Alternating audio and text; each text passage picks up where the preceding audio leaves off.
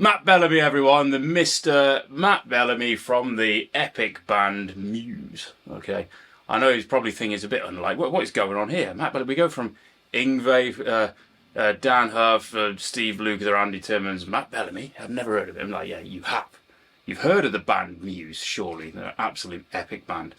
The main reason I want to talk about him is he's a bit of an unknown, in certain circles, guitar hero of mine. And the main reason being, turn that off, apologies, he absolutely saved me on many occasions, mentally speaking, because back in I used to teach a lot when I was about, I was teaching at 16, would you believe? But I guess I did it full time, professionally, like from about 19 probably. And I used to teach a lot, so it would have been the early 2000s. Yeah, 2000 and year 2000 onwards, I was teaching a lot. Now, unfortunately, in the British scene, the main thing of the day it wasn't rock anymore. It wasn't, metal or anything, and it even wasn't like the late grunge thing had kind of died out. It was the whole Britpop era, and that was things like Oasis, Blur. I forget some of the others. I don't know, Supergrass, which were actually quite badass, really. But I used to get wound up at the time with I'd teach a lot of people who just want to be learning, Oasis and stuff, and it'd drive me insane just because it was just at the time I thought it was very similar and very, I hate to say it because I do hate myself. I thought it was very basic and not particularly challenging, etc. I've totally changed my opinion, by the way, now. Like Noel Gallagher is actually a hero of mine, and I'll explain why in another video. But he is an epic musician and an epic guitarist. I'll talk about it some other time. But anyway, I remember just being really quite depressed because I was playing all day. I was doing like Oasis and Blur. Oh, it used to just drive me insane. And then in my own time, I'd be obviously studying like, Satriani and Andy Timmons I'd found, and, Danger and stuff. And then having to play like Oasis stuff in the day. Oh.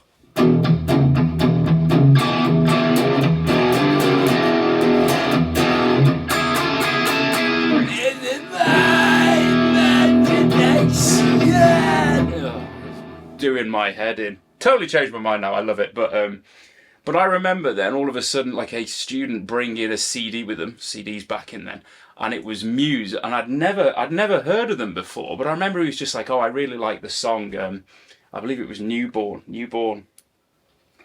and you guys, hopefully you'll know it, I'm sure you had. I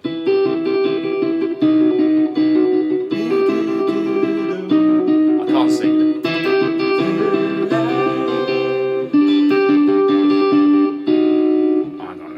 Dropped in, man. Apologies, I should have done that first. Anyway, so oh,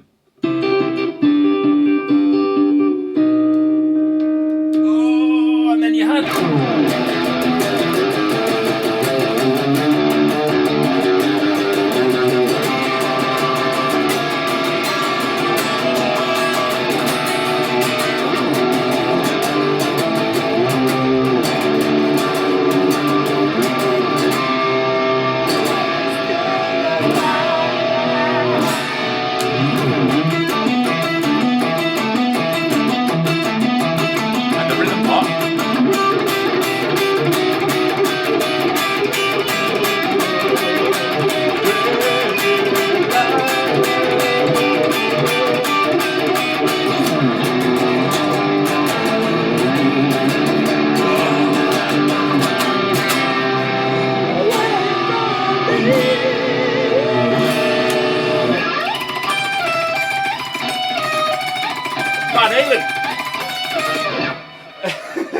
Anyway, I digress.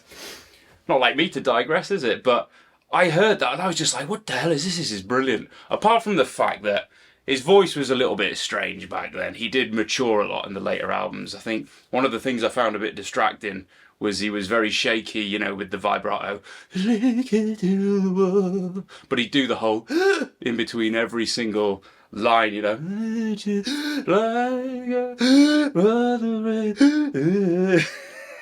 We used to laugh about that, to be honest. But totally original sort of stuff back then. God, and it was brilliant. Let me just tune back up. And another cool thing there that I remember pointing out to students regarding, like, you know, major and minor and stuff, because one of the brilliant songs.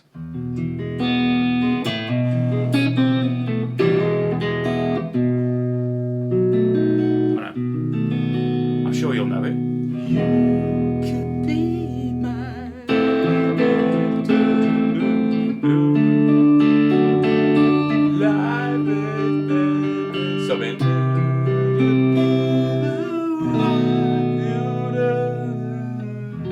Actually beautiful, very classical there.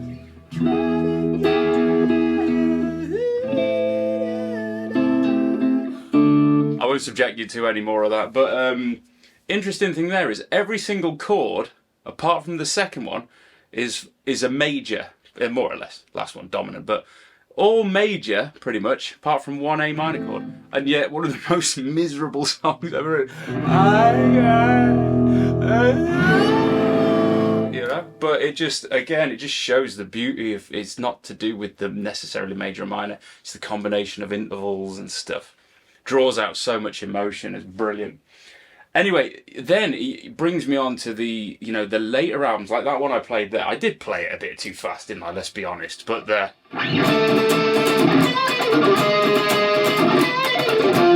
probably a lot slower, isn't it? I can't remember because I used to just practice that loads and use it as a bass for, like, picking over it.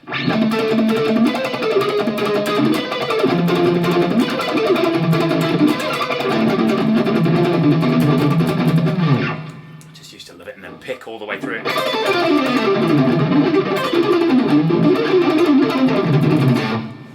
Don't know what the hell I was doing there. Anyway, you get the idea. They're just using them as a bass and sort of play the song in my head and play through intervals and stuff, because it was so different to what else was going on in the charts at the time. You know, we'd have like have to play it like that.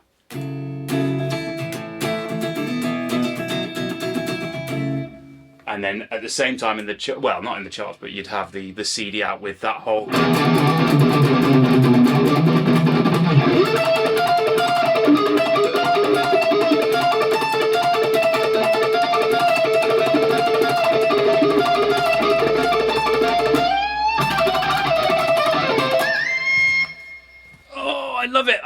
I love it. And then again, they had just massive commercial success with the later albums, and I think they're still going now. But you need to check out, if you haven't already. So Matt Bellamy, the unrecognised modern era guitar hero, saved me from, like, just endless misery of doing basic chords, bar chords, and had such serious, like, chordal, interesting stuff. Not too jazzy, but another one that was brilliant. It was beautiful, wasn't it?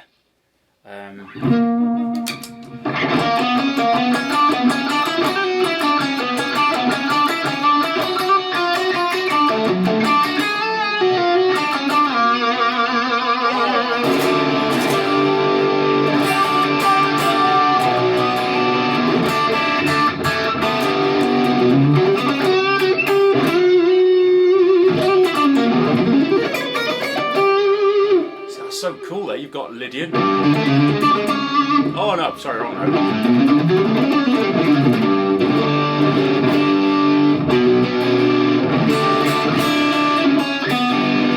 But then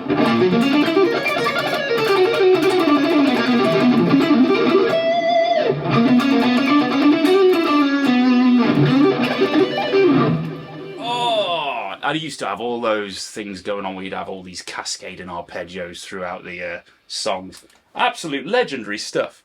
So everyone go and check out the albums. We'll put them up on the screen. I've forgotten them already. The one that Plug-in Baby... I can't remember them. The one with all the... God, the one with Hysteria on. With the guy stood there looking up at the sky. And then the other one that looks like aerials or something. I'm sorry I've forgotten the name of the albums. We'll put them on the screen and have the thing lit. That'll give Chris a bit more work to do. He loves it. Anyway, Matt Bellamy, ladies and gentlemen, he totally saved me in a very miserable couple of years. And I enjoyed playing loads of Muse stuff and teaching it to people. Even like that one. Do you remember the...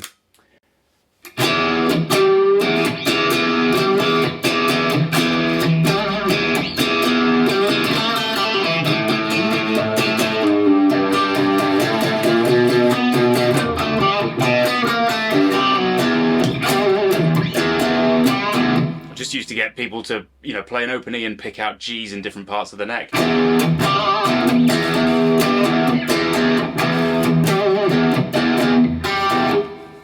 Well, you got 4, haven't you, of that pitch anyway. Anyway, I digress. Muse, ladies and gentlemen, absolutely love them, and I still listen to them now. I just can't remember their album names. Anyway, go and have a listen to that, and then I probably won't go through any of them, to be fair, because again, I didn't really study him so much. It was more I just loved their songs, the fact that they were rock songs with a little bit of an edge. Anyway, thank you for watching. Let's really rip it up next week and get back on with it. Thank you very much, and I'll see you again.